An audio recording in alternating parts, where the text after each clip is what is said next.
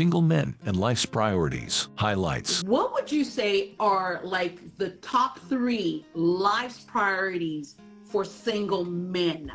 So the number one priority is have a foundation of the value system. Yeah. Number 2, know your identity in Christ, because that's purpose, destiny, impact, and impartation. Right. And number 3, thrive to be the man that every person who comes near you feels that they have changed. If you are not an atmosphere changer as a man, you have no reason calling yourself a leader. You have no reason asking God to give you a wife. You have no reason praying to God to give you children. A man should create an image that when he gets married, the wife will say, this is a leader. And the children would say, this is a man worth to be followed. And society would say, we are safer with this man in society. The Bible says, he who finds a wife finds a good thing. Yeah. Not he who finds a woman. A woman, it's a wife. It means a woman must be a wife before she gets married. For you to have the wife, or to be able to see the wife and not just a woman, you must be a leader within yourself. And Jesus is the model of leadership in us. When you are single, that is the time to build your foundation. That is the time where there's blood, sweat, and tears. That is the time for personal development. That is the time to show that you can have relationships with girls as friends and not sleep around. Because if you sleep around when you are single, when you get married, it will not stop you from sleeping around. Tell the man, purity is power. Tell the man, honor is power. Tell the man, do you have a mentor? Not because they are rich, but a mentor rich in value system. For the man, you're told, you know what? You got to be a man. Struggle for yourself. And I said to one corporate, these men you are ignoring are the ones who are laying the women and robbing them on the streets. Right. These men you are ignoring are the ones who are raping people. When men are single and they have not been properly mentored, they now show anger by fighting society. Yeah. They'll show anger by sleeping around. They'll show anger by being violent. So we need to come back to the table and tell corporate Kenya, corporate Africa, corporate America, listen, you're putting so much money on LGBTQ. Why can't you take all that money and take it to identity for men? Because there's an identity crisis. If there's a 5-year-old boy and girl here, if the girl falls down, everybody rushes to the girl. Are you okay? Abuju buju, are you okay?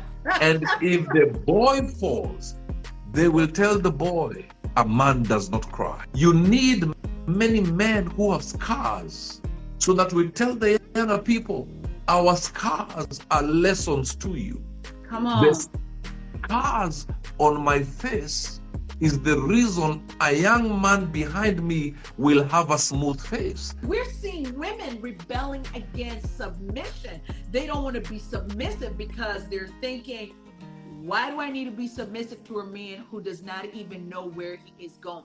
A woman comes in as a helper, but a helper, you help somebody who is already doing something. As long as a man is submitted to Christ, man is to the glory of God and woman is to the glory of man. We have women submitting to their pastors and not to their husbands. Women, submit to your own husband. Right. Men, and love your wives as Christ loved the church. Both instructions were given exclusively. Submit and love. Not love because she submits. Not submit because he loves. Right. You do it unto the Lord. Because you have been told, especially the African man, vulnerability is a sign of weakness, so we keep quiet. Then the young men come to our funerals and they pass by our coffins and they can even see pain on the dead bodies. So they leave saying a man's life is to suffer, live in pain, and die in pain. But I hear some men saying, no, we want perfect men, men who have been married for 30 years. No, sometimes a wounded soldier must tell you what they did to get wounded so that you don't get wounded. Should one date a wounded man or wait for them to heal? Most men are wounded.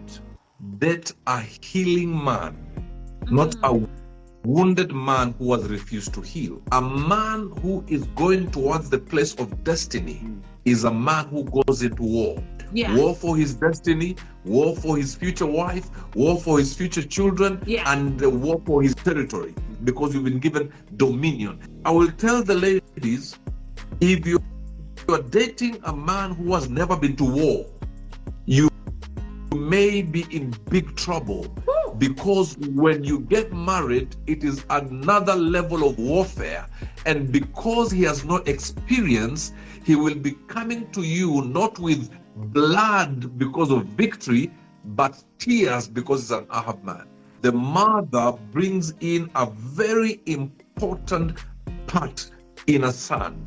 This is where you see the softer side of a human being, that the warrior that the father puts will work with the nurturer that the mother puts, so that the boy goes out there, and number one is to defend the mother and the sisters, defend the women. You've never had your man telling God, use me to win this territory, use me for my generation. I tell the devil, you have no business in my generation.